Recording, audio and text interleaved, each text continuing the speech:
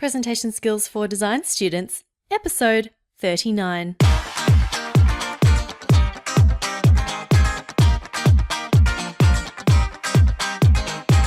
Are you a design student or graduate who wants to succeed in the professional world? If so, keep listening.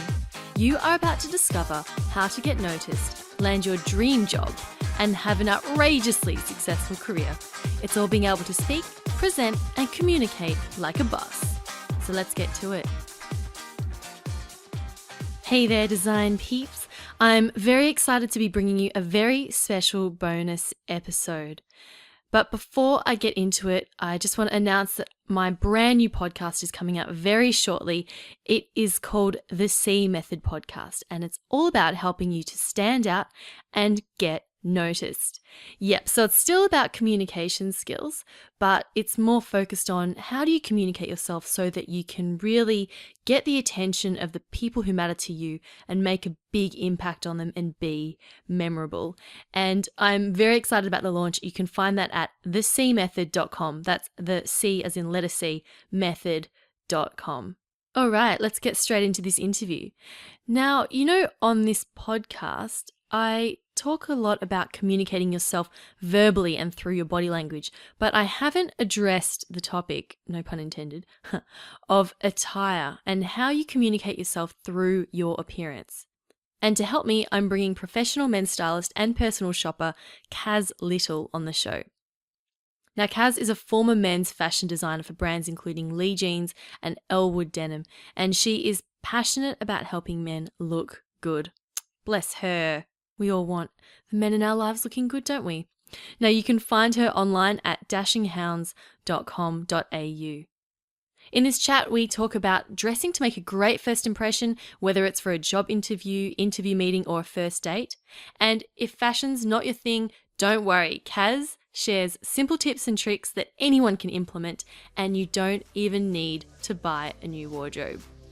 Kaz is an expert at this, so it's definitely worth checking out. So without further ado, let's get to the interview with Kaz Little. I'm really excited to be chatting to you about this because I'm really fascinated by what you do, because you're a stylist and you're a personal shopper, but you're not just any old stylist, right? Because you work specifically with men. And you dress people including musicians, celebrities, the Channel 9 news team, and the AFL footy show panel, which is really cool. I just want to know, why men specifically? Well, I suppose having a background in men's fashion design, I've been a designer since I studied fashion and started in the industry very young. So my first job was, 19, and always worked with men's and women's wear, and then sort of evolved into just designing for menswear. And I got to good 15 years down the track, and I think I decided that dressing men was way more exciting than actually designing for them, because men don't really evolve that much with their fashion. It's quite challenging to design menswear when you've only got about 5 shapes to design for. That's so true, because with women you've got skirts and dresses and tops and pants and shorts. With men you've just got pants. A t-shirt, a shirt, a hoodie, a pair of trousers, a pair of jeans. And yeah, it really sums it up. But yeah, and to be a designer and do those things, people always say it must be so easy to design menswear. I'm like, well, actually, because you're limited with so many silhouettes, it's very, very challenging, because you've got to come up with something new 4 times a year for, new collection, new themes, new colour palettes. And men only tend to buy about 3 colours as well. So black, white and blue. Do men tend to be less adventurous as well in the different cuts and shapes that they would buy? Oh, for sure, yeah. And they don't really tend to, get very experimental. It'll be a little detail if they change something. So they'll wear a t-shirt for years, and then all of a sudden they'll be like, I'm going to wear a t-shirt with a pocket on it. And that's really that's a big daring. Step. That's huge. Especially if that pocket had a stripe pocket. That's a huge step. So yeah, it is very hard to convince men as well. Like, even if it's a neckline, like they're all of a sudden wearing round neck t-shirts and now they want to wear like a grandpa neck or, something a little bit different. It's always challenging to convince men So a reason how why they should be trying something new.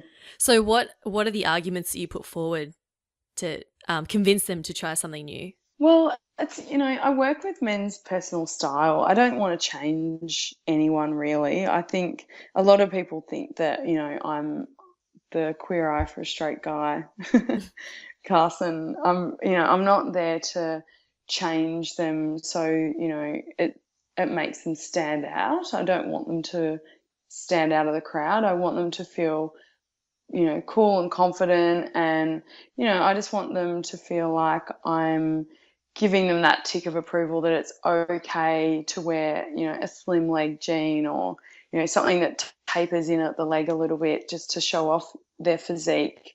I want to work with their body shapes. Mm. And, I try to make sure that, if he's got quadzillas, he's not going to be wearing something, really tight around the ankles. Like, I've got to explain to people, their body shapes are, that's what I work with. So if they're quite broad in the shoulders, we work around that. And if they're short, there are all these little challenges that you just need to make sure that they understand their bodies and explain and educate them about their body shapes a little bit more. So when you do work with a client and you do take them shopping and dress them and all that, what difference do you see in them afterwards? They're just so happy. You can see like they feel so much more relaxed and confident, and you can really see it. Like they're proud of themselves, that they've actually gone to the effort to seek professional advice. And it's not intimidating advice either. It's actually, I make their life easy. So they just get this you know, little smirk on their faces like, yeah, I know I look pretty good. And you're making them feel so special too. And I think that's so important. I think we all need to feel, like we've been taken care of and that that we've had, special attention directed onto us. Yeah. So I think that's really lovely. Now, Kaz, the reason I brought you on the show is because I would love to get your expert knowledge on how people can present themselves and make a really great first impression through the way that they dress. Now, on this show, I talk a lot about how you communicate yourself verbally and online, but I know that the way you actually present yourself visually is also really important. So I'd love to hear your thoughts on that. So my first question is why should people pay attention to the way that they dress in terms of how other people perceive them? Well, I always think, you've only got one chance to make a good impression. So that first impression that people, they see of you is very important. It's always going to stick in everyone's mind, particularly for, interviewing or, meeting someone for the first time. You want to walk away so that they remember you as, that person was very well dressed and they were, well groomed. They've got control of their life. They know what they're doing and they're, successful in the way they dress themselves, and they come across, looking, like you could trust them, sort of thing. So, for example, you're getting your hair cut or coloured, and the person doing your hair and cut, your colour is like got this purple crazy hair. You're not going to trust them with dyeing your hair, are you? If you're going for a conservative colour or something. Yeah, exactly. You want to make sure that, you present yourself well so that person trusts you. And in my profession, like, I need to make sure that I dress well and I'm always head to toe thinking about what I'm wearing so I come across with the right, impression of myself. But you are a stylist, so people would be expecting that from you. But what about someone who isn't, in the fashion industry? What if someone's just going for a regular job interview, or if they're going maybe just for a sales pitch meeting or something like that? What would be, in your opinion, the most important thing what's the most important thing to pay attention to in terms of your attire? Well, for example, if you're going for an interview, if you're going for an interview as even a personal trainer or something like that, you wouldn't wear a suit to the interview. Or if you're going, to an interview, or, meeting someone or meeting a client or something like that, you don't want to look too intimidating. So I would, be paying attention head to toe to your hair, making sure it's groomed and, pulled off your face, from, hair to face, making sure that you're, no bats in the cave. And um, also, like, looking the part, right? Like how yeah, you just mentioned about you wouldn't wear a suit to a gym, an interview at the gym. So no, you've got to, do your research and yeah, look at what go. the job is for or what the other people are dressed like. Absolutely. And sometimes what I like to do, I like to tell my clients if you've got an interview coming up or, make sure that you do your research, look up the company, go see that, maybe you can sneak in there somehow and see how other people dress so you fit in. Like, you don't want to, conform in any way. You still want to rock your own style and make sure that you're comfortable because there's, nothing worse than sitting in an interview and not feeling comfortable because Mm.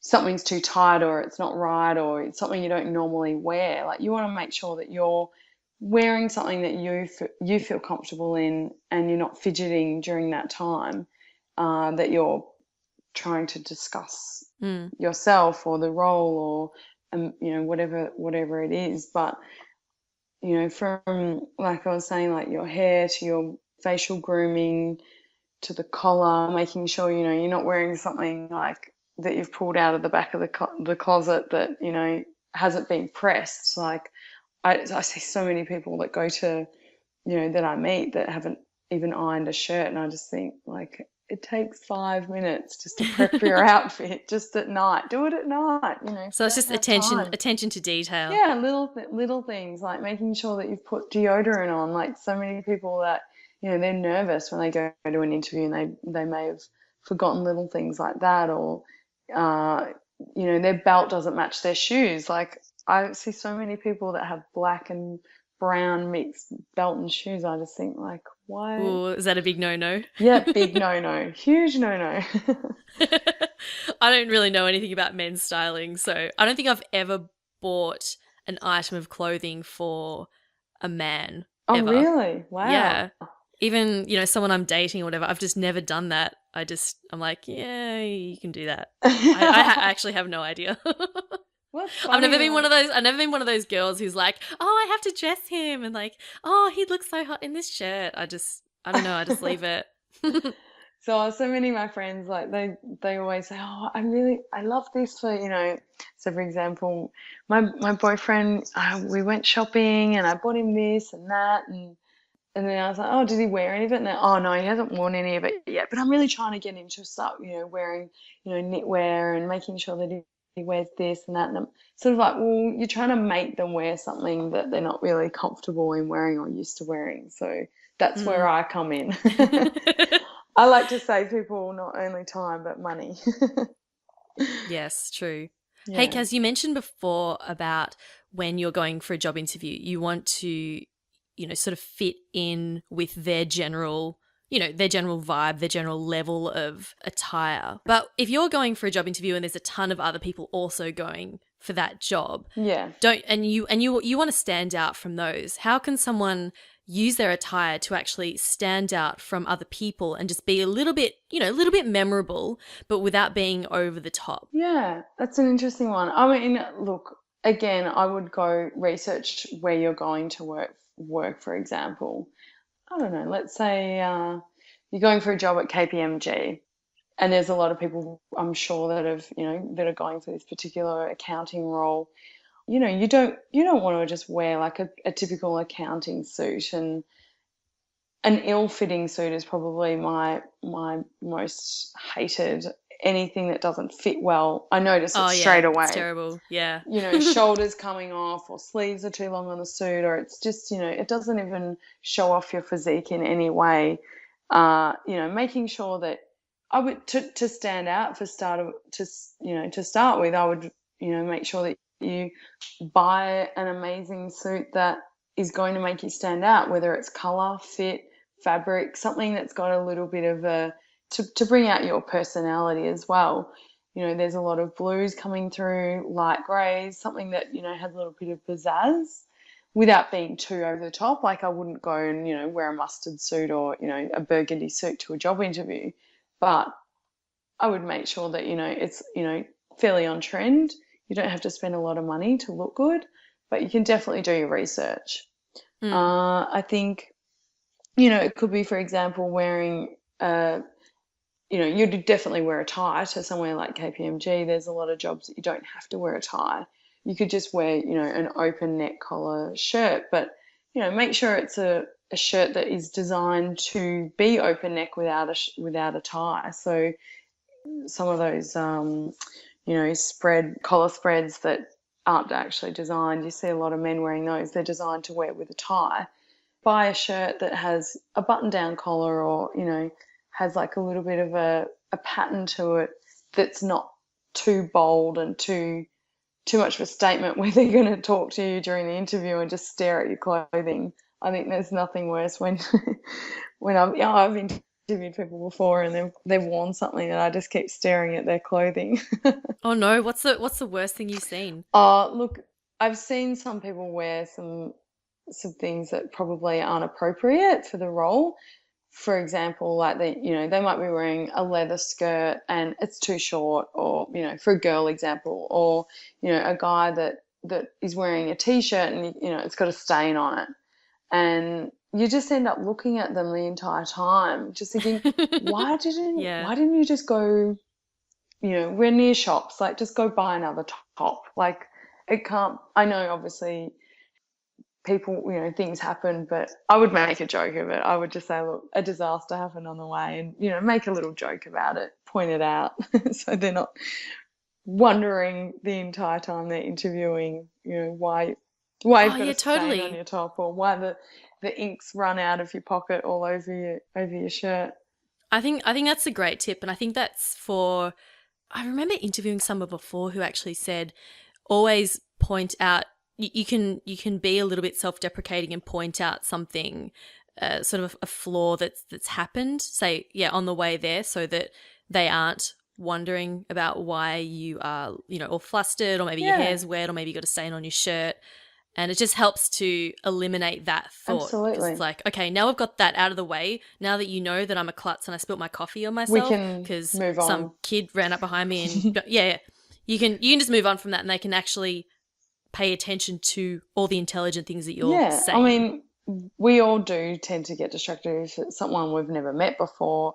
It's a good icebreaker too, to explain, I just was on the tram and bumped into someone while I was holding a coffee and it went all over me. And then, you can make a joke about it and exactly, move on. Yeah, that's a really good tip. I love that. But I suppose, there's little things as well, like, polishing your shoes. I see so many people at job interviews that haven't even taken the time to even just run a cloth over their shoes before they walk out. I just think, I always look, toe to head when I'm looking at someone. I always start at the shoes. It's one of my biggest habits. Someone has bad shoes, I've moved on. I haven't even looked up. Oh dear. Well, you're still friends with me, so my shoes must be okay. I guess it does just come down to details, doesn't it? Because I think that communicates that if you pay attention to those little details in your appearance, then that translates to how you are at work and how you are just in life, for sure. Right? If you're diligent with those little things, then you're going to be diligent with other things that are sort of more important. And you don't want to look too costumey. I think like a lot of people do tend to go a little bit over the top when they're trying to make a good impression, and sometimes they go that little bit too far. So, you could go back to the old Chanel rule and before you leave the house, take one thing off, which, is always embedded in my mind when I'm dressing myself. As long as it's not your skirt. Be modest. So with girls, is too much jewelry a bit of I an think issue? some people, get a little bit carried away. They might, go to a job interview and and they'll have the earrings on it and the necklace and a bracelet. It's you don't need all that. Just something subtle, something that's a little bit chic that just doesn't draw too much attention away from you and your topic. Mm. I just think little things always count. From exactly what I was saying before with the belt, sometimes that can deter you from looking beyond the fact that if they can't care for themselves, like how are they going to be able to care for the role, or be the right person for the role that they're actually interviewing for. So yeah, if little things like Yeah. if your belt doesn't match your shoes, like that's something that I would just think, yeah, they're not really, they don't have that attention to detail or that Mm. little care factor that sort of matters. You know what Yeah. I always notice? I always notice hands, especially with a female. If she's got really beautiful nails, but not like over the top, like overly manicured or fake nails or anything, but if they're just nice and neat and maybe just a really like a classy polish on there and there's no chips or anything, I'm always really Yes. impressed, and I'm like, wow, this person really takes care of themselves. And I always feel really self-conscious when if I've got nail polish on and it's all chipped and I meet someone who I want to impress, I always feel like hiding my hands because I feel like I look just unpolished and that I don't take care of myself and that I've just been lazy. That's Yeah, just how and I then that feel. person that's talking to you is obviously like, what is she hiding? Yeah. Because So you can think like, yeah, the smallest little things. I'm getting to that age where in my profession now that I use my hands so often in my industry, and using my hands to point at things and tie ties and dress people, I need to look immaculate. So I've actually gone to the effort of making sure that every 2 weeks I get my nails done, and making sure that I spend more time on my personal grooming, making sure that my hair's done before I leave the house. And it doesn't take long to just look at yourself one more time in the mirror before you leave the Mm. house, making sure you've zipped up your fly. Like the amount of men I've seen that forget to zip up their fly is hilarious. And I'm not one to just let it slide. Like I actually have to say something to them and, excuse me, I wasn't actually looking, but I did just notice that your fly's undone. It's a funny icebreaker. Yeah, I thought that would just be, oh man, if I was a dude, I'd be paranoid about my zip. I'd be totally paranoid. Yeah, well, as being a lady, but like it is one of those things that, It's like making sure that your dress isn't tucked into your undies and having your butt on yeah. show. Oh, look, it happens to the best of us. Those wardrobe malfunctions. Oh, absolutely. It was only yesterday I was getting a coffee and the wind blew my skirt up. I think that was the most embarrassing moment of my life. I also see now that it's summer, those of you in America listening, it's been very hot here in Melbourne, and the Extremely hot. girls are wearing very short skirts and very short shorts, and Yeah, when too short. way too short, and you can tell that they're too short because you can see right up their butts when you're behind them on the escalator going Oh, up. it's the worst. Yeah, it's pretty bad. It's like, man, Yeah. it's not. I think that there's a rule. I was discussing this at work to someone where your hands are down. This is for the ladies that are listening. When your hands are down, I have to stand up while I'm doing this, but your skirt shouldn't really be any shorter than the Oh, fingertips on your thighs. So if it's shorter than that, then it's probably not really appropriate to be getting on escalators and stairs. no, not at all. Unless you want Yeah. some unwanted attention. Unwanted attention, yeah, more of a fact. Yeah, totally. Exactly. So going back to what you do at Dashing Hounds, I know you do the personal shopping, I know you do the styling. Do you offer any other services, or are you planning on adding additional things? Like what is it, Oh, what do you see a demand uh, for? a lot of people come to me for weddings. I'm actually getting quite a great wedding reputation through my clients. So I do specialized events like red carpet for celebrities, but also, if someone's got an event to go to, say for example, they've got, a wedding or the races or the polo, I've done those sort of events. For someone's wedding Yeah. though, haven't they already got their outfits sorted?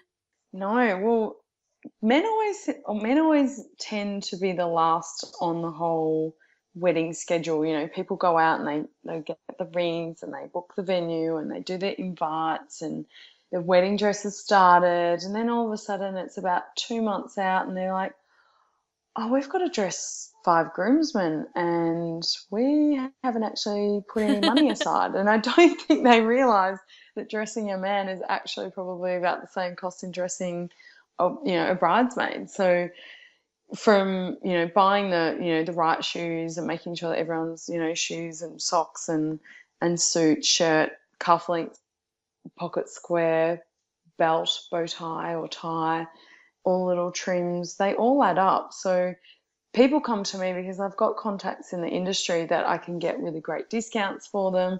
I've got, probably the most current ideas on trends, and they don't really think about all these things like the fact that, who's going to pay for it and what is right and what is wrong when it comes to looking after your groomsmen. So I give them really good advice, and I'm there as like a bit of a helper. So I'm sort of like the go-to woman, when it's 11 o'clock on a Tuesday night and they're freaking out that something's not going to match, and they send me a text or, give me a call, and I'm there to offer that service. So I'm a bit of a 24-hour wedding saviour. You're the voice of calm. You're just there to calm them all down. Are your clients mostly in Melbourne? Mostly in Melbourne, yeah. I've done weddings down the coast. I've done them in Warrandyte and, down Geelong Way. I'm originally from Geelong, so just outside. So I've got a few coastal clients and things like that. Yeah. And, when they need new wardrobe at the start of the year, this is always a beautiful time of year for me because people start to want to, they've been on their holidays, they come back to work and they want a career change. So it's, time to buy new suits and look good, and they might be starting new jobs, and there's a lot of weddings going on at the moment, certainly a lot of events as well. We've got the Grand Prix coming up, and we've just had the soccer, and there's lots of things happening actually in Melbourne. So it's a very exciting time in my industry. I actually haven't had a holiday, so... So it's not that the men of Melbourne are very stylish, it's because they've been styled by Kaz Little. Oh, yeah, absolutely. You're giving Melbourne's fashion industry a real boost, a good name.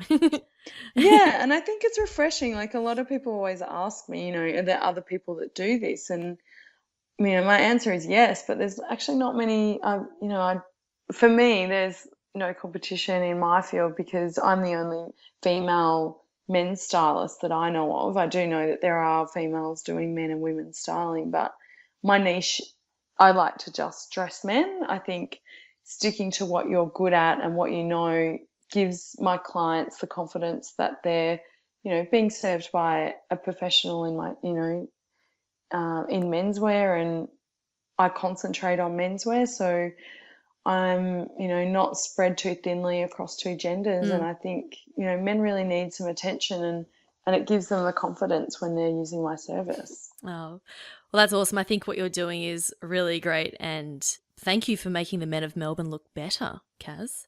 You're making the city a more attractive place to be. Better for us ladies. Anyway, if there are any men out there listening who would love to do some shopping with you and get some styling tips, what is the best way for them to contact you? Oh, look, they can shoot me an email, which is caz@dashinghounds.com.au. But check out my website, which is just dashinghounds.com.au, and it'll tell you a little bit about, what I do, and there's links to the, my brands and clients that I use, and to my blog that I'm constantly posting on. I'm on Facebook and Instagram as Dashing Hounds as well. So, all right. Yeah, there's lots of ways to get connected. Okay, well, you heard that, fellas. Get in touch with Kaz and she'll sort you out and zhuzh you up, make you look fabulous. Absolutely. Thanks so much, Kaz. You've shared so many great tips with us, and I hope everyone goes and has a good look at their wardrobe and looks at some ways that they can just zhuzh it up a little bit to make a really great first impression for their next big event or interview. So thank you so much. No problem at all. It was a pleasure talking to you.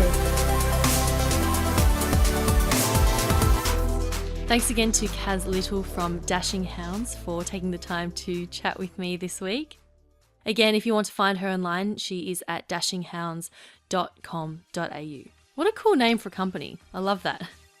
If you want to find links to how you can get in touch with Kaz, just go to the show notes at designdrawspeak.com/039. Alrighty, and that brings us to the end of this episode. Like I mentioned at the start, be sure to check out the new podcast and blog over at thecmethod.com. I look forward to seeing you over there. In the meantime, check your fly, check your skirt, and keep on being awesome. This has been Presentation Skills for Design Students, helping you become a confident, creative communicator.